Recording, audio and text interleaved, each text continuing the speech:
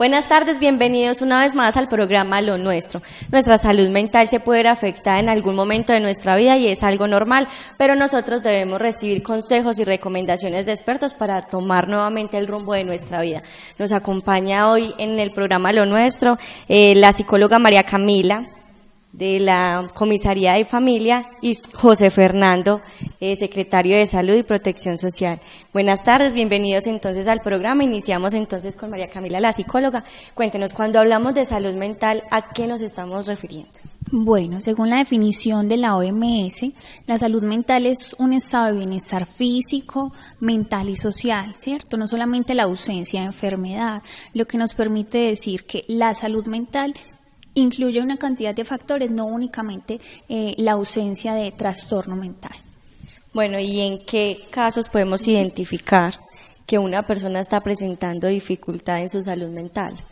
Bueno, los factores que inciden en ese cambio de salud mental son factores externos, ¿sí? También pueden ser internos, bioquímicos, por ejemplo, factores externos, presiones socioeconómicas, discriminación de género, por ejemplo, exclusión social, violación de derechos humanos. Entonces puede decirse que debido a estos factores puede haber una alteración en las funciones mentales, ¿cierto? Entonces ya lo que lleva a una depresión, a una ansiedad, a un trastorno de alimentación, por ejemplo. Ahí es cuando se ve alterada la función, por ende, la salud mental. Muchas personas creen que salud mental es hablar de personas que están, como decimos nosotros, que no se debe decir locos, ¿cierto? Es una expresión que no debemos utilizar, pero que nosotros consideramos que es, están hablando de salud mental, están hablando solamente de las personas que tienen una discapacidad mental. Entonces, es como dejar también ese mensaje de que todos podemos pasar por dificultades en cualquier momento de la vida y que solamente necesitamos es como un consejo y un detente, hay que reflexionar y hay que actuar, ¿cierto? ¿A qué personas específicamente se les está llegando con el mensaje de la salud mental aquí en el municipio de Jardín? Por la misma razón es aclarar, ¿cierto? No es únicamente el que tiene un trastorno, es el que está pasando por un mal momento económico, vuelvo y repito, el que está pasando, por ejemplo, por una ruptura amorosa, por una pérdida laboral. Entonces llega a todo este tipo de personas. Aquí en el municipio especialmente, familias, estudiantes, a los empleados, todos tienen. Todos pasamos por una problemática en cualquier momento. José Fernando, cuéntenos, durante esta semana se celebró el Día Mundial de la Salud Mental, pero no solamente en Jardín se va a celebrar un día, que era el 10, sino que se va a pensar en un mes para trabajar con diferentes poblaciones. Entonces, ¿qué temáticas están trabajando, con qué poblaciones y cómo ha sido este trabajo? Buenos días, muchas gracias por la invitación. Sí, realmente pues para todos los eventos hay un día clásico. En este caso para la salud mental el día clásico a nivel internacional es el 10 de octubre. Sin embargo, pues el día de la salud mental debería ser todos los días. En el marco de esta celebración pues realizamos un foro que institucionalizamos desde el año pasado, que en este caso se llamó Salud Mental y Familia. Realmente pues lo que queremos a través de esta actividad es llegar a las familias y de alguna forma hacerles ver que ellos como núcleo de la sociedad son también responsables, por no decir los más responsables precisamente de las situaciones que puedan pasar en estos núcleos. Y en este caso específico tocamos el tema de consumo de sustancias psicoactivas, además pues de otros temas como pactos por la vida, proyecto de vida, comunicación asertiva. Entonces fue pues como el evento principal en la celebración de este mes de la salud mental, pero tenemos programadas otras intervenciones que se van a hacer tanto con la comunidad en general como en este caso pues tenemos programado también una actividad con los empleados de la administración municipal de salud mental en el ámbito laboral. Bueno, Hay una inquietud, María Camila, cuéntenos, ¿hay edad para sufrir una salud mental? Para que no, realmente no. O sea, y entrando como en los diferentes temas, por ejemplo, la conducta suicida se está evidenciando en niños desde 5 años, ¿cierto? El consumo de sustancias desde edades muy jóvenes, chicos de 4º, 5º de primaria. Uno creería que solo se ven los jóvenes ya adolescentes, entonces realmente no. Y como te digo, al ser también una cuestión bioquímica, puede desarrollarse desde muy temprana edad, puede diagnosticarse a muy temprana edad. Bueno, entonces desde los hogares, si se empiezan a notar comportamientos diferentes, ¿cómo se puede entrar a actuar? ¿Cómo debe reaccionar entonces un padre de familia? Bueno, lo que yo recomiendo, ¿cierto? Lo que sucede es que cuando cierto malestar comienza a interferir en esa funcionalidad de la vida, es que debe hacerse una consulta, ¿cierto? Si por algún motivo no estás comiendo, por ejemplo, tu productividad en el trabajo disminuye, tu hijo se está presentando agresivo, cuando suceden ese tipo de cosas hay que consultar, ¿cierto?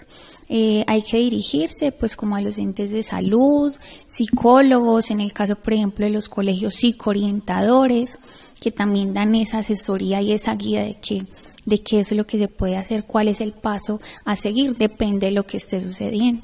Bueno, y es importante entonces que los niños y los jóvenes vean en el psicoorientador una mano amiga, una persona que los puede escuchar y que no es solamente atender a personas que tienen una discapacidad mental. También en esta celebración del Día Mundial de la Salud Mental se piensa no solamente en las familias, sino que también se piensa en el empleado, en el ámbito laboral. José Fernando, cuéntenos si se está planeando una actividad específica para los empleados. Sí, realmente pues lo tenemos que abordar desde una atención integral y no solo, como lo decías, a los niños y a las familias, sino a toda la comunidad, porque esto realmente es una problemática que afecta a todos y cada una de las personas y de las familias. Entonces, una de las circunstancias que tenemos que tener en cuenta es que precisamente desde el ámbito laboral, que es como se ha denominado siempre nuestro segundo hogar, es donde más tiempo permanecemos, entonces también tiene que haber una salud mental, tiene que haber una armonía precisamente para que los procesos fluyan y obviamente para que tengamos una buena salud tanto física como mental. Entonces estamos preparando una jornada donde abordaremos todos esos temas de clima laboral, manejo del estrés, todo lo que tenga que ver. La comunicación. Sí, claro, comunicación asertiva, todas esas temáticas se van a manejar, pues la idea es que se ha venido trabajando a través del plan de intervenciones colectivas con otras empresas o grupos organizados. Y a través también de la estrategia de atención primaria en salud hemos priorizado algunas empresas donde precisamente se están trabajando estos temas de salud mental. Entonces básicamente pues con este mes con los empleados de la administración municipal, pero se sigue trabajando con otras entidades y en temas muy relacionados. Bueno, desde la Secretaría de Salud, ¿cómo ven el caso de la salud mental en el municipio de Jardín? Bueno, realmente es un tema complejo por la diversidad de factores que maneja. Aquí hablamos de todo tipo de trastornos, intento suicida, consumo de sustancias psicoactivas. Entonces es difícil abordar porque es un tema muy amplio. Además, pues no se tiene un diagnóstico muy claro, porque realmente lo que conocemos es cuando las personas precisamente acuden a un servicio de salud, acuden a un profesional para que los ayude, pero no todos lo hacen. Entonces el panorama es complejo, pero pues precisamente se está trabajando en esto. Contamos ahorita pues con María Camila como apoyo tanto en la Comisaría de Familia como en la Secretaría de Salud. Realmente pues si quisiéramos impactar más deberíamos tener más profesionales, pero es complejo. Sin embargo nos apoyamos también con otros profesionales del área psicosocial. Entonces siempre tenemos en cuenta y trabajamos en conjunto con los trabajadores sociales de los programas de primera infancia, con la trabajadora social de la comisaría de familia, con el psicólogo y el practicante de psicología del hospital, y estamos también armonizados con el departamento, con la Gobernación de Antioquia, quien nos brinda unas asistencias técnicas muy productivas. Precisamente ayer tuvimos una donde la idea es invitar a todos los que tengan que ver precisamente que puedan tener que ver con estas personas que tengan alguna situación. Por ejemplo, coordinadores de las instituciones educativas, educadores y todos esos profesionales que de alguna forma puedan apoyar al desarrollo óptimo de las personas. Entonces, estamos trabajando, como te digo, es complejo, pero se está impactando de manera positiva y pues estamos esperando cómo serán los resultados. Bueno, son entonces varios casos los que se vienen presentando en el municipio, la drogadicción y todo este cuento, pero entonces, ¿qué rutas debemos seguir? Por ejemplo, si en la familia hay alguien que se encuentra en la drogadicción, ¿cuál es la ruta que se debe seguir?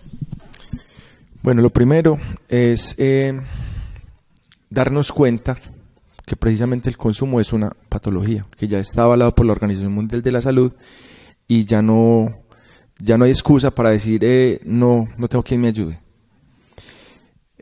Nos rigen unas leyes a nivel nacional, que entre ellas está la Ley 715 de 2001 y está la Ley 1438 de 2011. Básicamente estas dos leyes y la Ley 100 del 93, que es la que crea el Sistema General de Seguridad Social y Salud, es la que de alguna forma obliga a las entidades territoriales y nos da esas responsabilidades.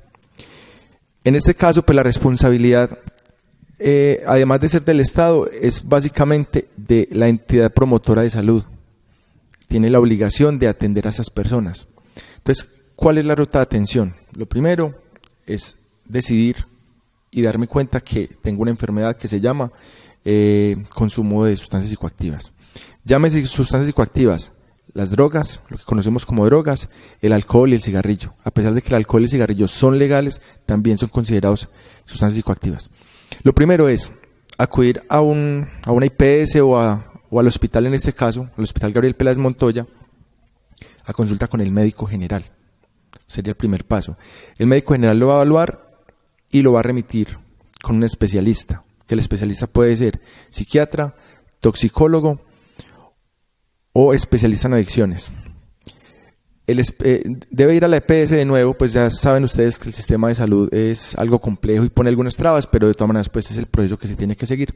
Se va a la EPS, en la EPS se solicita la autorización del servicio, que se hace a través de un documento que se llama Anexo Técnico 3, que lo emite el médico que vio pues al paciente. La EPS se tarda su tiempito prudencial pues en autorizar. Luego de esta autorización se lleva a la IPS donde está el especialista. Ahí se pide la cita con el especialista, cualquiera que sea el que le haya asignado el médico. Luego el especialista lo ve y ya define, y es realmente el especialista quien define cuál es el tratamiento a seguir. Porque hay diferentes tratamientos, hay internación u hospitalización o meterlo pues a un sitio especializado. Hay también tratamientos ambulatorios. Hay puede ser que simplemente necesite de un psicólogo, un psicólogo especialista en adicciones, entonces también dirigen precisamente al especialista. Luego de que el médico especialista lo vea, va de nuevo a la EPS y la EPS hace su autorización respectiva para el servicio ya donde el servicio que requiera, ¿cierto? Pues si es internación, si es un servicio ambulatorio. Es muy importante para tener en cuenta.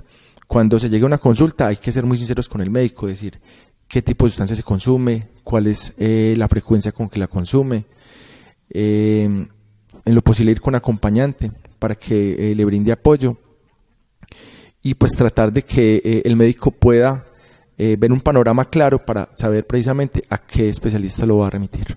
Bueno, existen otras rutas de atención, por ejemplo, si en el hogar hay maltrato intrafamiliar o si hay abuso sexual. Bueno, en este caso también la primera entidad a la que uno debe dirigirse es al hospital por el tema de los signos físicos, cuando hay violencia física, ¿cierto? Los golpes, los traumas, y cuando hay abuso sexual, también los signos físicos. Ya esta entidad de salud lo que hace es remitir, por ejemplo, a comisaría de familia, ¿cierto? Ya comisaría de familia lo que hace es abrir un proceso que es el restablecimiento de derechos, ley 1098, y aquí comienza pues como todo el proceso de investigación, de corroboración de qué fue lo que pasó, y ya si es necesario a fiscalía, que es como quien continúa con el proceso de investigación. Muchas personas le pueden temer acercarse por el montón de cosas que hay que hacer, por el montón de exacto, trámites y todo lo que hay que hacer, pero es como dejarles también en la conciencia y bueno, puede ser un poquitico demorado, pero es mejor demorado y tener solución a vivir siempre con un trauma y algo que pueda generar problemas mentales, ¿cierto? Entonces, como un mensajito para las familias, para los jóvenes, para que estén pendientes y no les dé temor acercarse a recibir asesoría. Lo importante de esto, ya nosotros también sabemos que muchas veces los procesos son complejos y se extienden, ¿cierto? Pero lo importante es iniciar, es hacerlo y es saber que cuentan con el apoyo de profesionales que están en toda la capacidad y tienen toda la intención de hacer posible, digamos, esa ayuda, ¿cierto? De hacer ese acompañamiento. Entonces, es asistir, es tomar como la iniciativa y dar ese primer paso y hacerlo. Bueno, y además que hay un grupo interdisciplinario que está buscando precisamente en la comunidad esa cercanía y mejorar la salud mental. José Fernando García, cuéntenos un poquito qué es el Plan de Intervenciones Colectivas de Salud Pública. Bueno, el plan de intervenciones colectivas es un plan complementario al plan obligatorio de salud. Nace desde el plan decenal de salud pública. Ese es como el referente que tenemos a nivel nacional, donde se dictan unas disposiciones y se elabora precisamente un plan que a lo que quiere llegar es a impactar en todas las situaciones de salud. Entonces, hablamos de que el plan de intervenciones colectivas debe estar armonizado con el plan decenal, que tiene unas dimensiones, que tiene 8 dimensiones prioritarias y tiene 2 dimensiones transversales. Aquí básicamente tocamos todos los temas: salud ambiental, salud y ámbito laboral, enfermedades y condiciones transmisibles y no transmisibles. Y tenemos una muy importante dentro de las prioritarias, que es la convivencia social y salud mental. Es precisamente la que venimos trabajando también en compañía de nuestra psicóloga. Pero ¿qué pasa con este plan? Este plan, a través de la resolución 518, nos dice que debe contratarse con una entidad de salud, preferiblemente la entidad pública, y en caso de que esta entidad no cumpla con algunas circunstancias como capacidad técnica, administrativa y financiera, se puede hacer con una entidad privada. En el caso pues de nosotros, por fortuna, podemos contratarlo con la ES Hospital Gabriel Peláez de Montoya, y debemos contratar unas actividades enmarcadas precisamente en estas dimensiones. Desde salud mental hemos hecho varias a lo largo pues de este año, hemos hecho varias actividades. Nos enfocamos mucho en hacer talleres, en hacer acompañamiento. Tenemos, por ejemplo, talleres en prevención de matoneo, en prevención de maltrato a personas con discapacidad, adultos mayores. Le damos mucho enfoque diferencial también. Tenemos brigadas de salud pues en las veredas, donde se impacta desde la parte de salud mental. Tenemos talleres en prevención de consumo. A esto le hemos apuntado mucho precisamente por la problemática que hemos venido teniendo en el municipio. Y son una serie de actividades colectivas, y ahí quiero hacer una claridad, porque pues muchas personas se preguntarán por qué el municipio no atiende casos específicos de alguna situación, ya sea mental o física. Realmente, como entidad territorial, también a través de la ley 715, que nos da unas funciones y unas obligaciones, la obligación de nosotros como entidad territorial no es hacer intervenciones individuales, porque eso precisamente está o debe estar dentro del plan de beneficios o plan obligatorio de salud. Entonces esas intervenciones individuales las tiene que hacer a través de su IPS, la EPS a la que esté afiliado, sea del régimen contributivo, sea del régimen subsidiado. Ya es un caso específico cuando es a través de población por no asegurada, que es la que no tiene ninguna seguridad social y que no tiene capacidad de pago, que ahí sí el municipio como tal tiene unas obligaciones que llegan también hasta cierto punto, porque ya de ahí, cuando pasan a un segundo nivel, ya son obligaciones departamentales. Entonces, este plan es, digamos, nuestro mayor trabajo, que como no lo podemos realizar nosotros por la ley y porque además no contamos con los profesionales, con el equipo de profesionales que cuenta el hospital, entonces es a través de ellos que se hace. Bueno, entonces es un trabajo en equipo, y hay algo también muy importante ahora que hablamos específicamente de los niños, cómo se encuentran las instituciones respecto al tema del bullying y del matoneo, si de pronto es un tema que predomina en las instituciones, y también dejar como el mensajito para los jóvenes. Bueno, la verdad, como casos individuales no se han presentado mucho, ¿cierto? Pero lo que uno procura es ir a hacer prevención, ¿cierto? Ir a intervenir antes de que se presente la situación o antes de que se desborde la situación.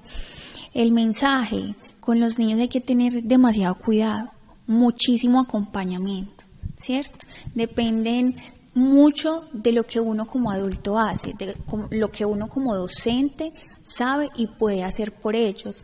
El cuidado, el acompañamiento, el tener en cuenta que no únicamente es un lugar donde voy a estudiar, sino que, ¿por qué no pueden escucharme si tengo alguna dificultad en mi casa, ¿cierto? Atender esa otra dimensión emocional, psicológica y personal que también influye, por ejemplo, en su nivel académico, en cómo se desempeñe en ese ámbito escolar. Bueno, y también es como la recomendación para los padres de familia, que aconsejen a sus niños evitar las burlas, tener respeto por el compañero, por las diferencias incluso hasta físicas, porque no nos digamos mentira, muchos de los niños ven un compañero con alguna discapacidad y lo primero que van a hacer es reírse en vez de entender que todos tenemos unas condiciones diferentes. Entonces es también como la recomendación para los padres de familia. Y bueno, entonces para finalizar, José, ¿qué le quiere dejar a la comunidad? Bueno, el mensaje que les quiero dejar hoy es que esto es un trabajo de todos y debemos intervenir inicialmente desde las familias, concientizarnos desde la educación y las pautas de crianza está precisamente esa formación que van a tener y que de alguna forma nos van a ayudar para que seamos saludables física, emocional, espiritual, mentalmente. Entonces, es un trabajo de todos donde pues nosotros estamos haciendo nuestro mayor esfuerzo, pero necesitamos compromiso de las demás instituciones, de las instituciones educativas, compromiso de las familias y trabajar en armonía. Esto es un trabajo intersectorial. Entonces, la invitación es precisamente para que cuando les hagamos un llamado, los invitemos a alguna asistencia, alguna capacitación, asistan, que de verdad son temas muy elementales que les pueden ayudar mucho en la crianza de sus hijos y en aportar el granito de arena que necesitamos para hacer esta sociedad pues mejor y finalmente encontrar lo que siempre hemos buscado. ¿Considera entonces que es importante también que los docentes de las instituciones educativas incluyan dentro de su pensum académico también temas relacionados con la sexualidad, con el maltrato, y que fomenten estas temáticas? Claro, es un tema que se viene trabajando y lo trabajamos con los profesionales del área de la salud, pero sin embargo los docentes deben también tener su conocimiento y abordarlo de la forma más prudente, pero que genere un impacto positivo en los niños y en los jóvenes y adolescentes, porque realmente a pesar de que se trata de hacer mucho acompañamiento, no damos abasto. Entonces ahí necesitamos que precisamente ellos que están todos los días con los alumnos, que también nos ayuden con esto y que obviamente les inculquen buenos hábitos y les estén contando de manera repetitiva, que es, yo creo que una de las formas más fáciles de aprender. Además porque son niños y necesitan que todo el tiempo les recuerden. Sí, uno no puede simplemente contarles y dejar el tema y a los 2 o 3 meses volver, porque realmente entonces no tendría ningún efecto. Listo, entonces muchas gracias por acompañarnos y por contarnos entonces qué viene trabajando en el municipio con respecto a la salud mental. Muchas gracias a ustedes por la invitación. Muchas gracias. Bueno, entonces los esperamos la próxima semana con un Lo Nuestro.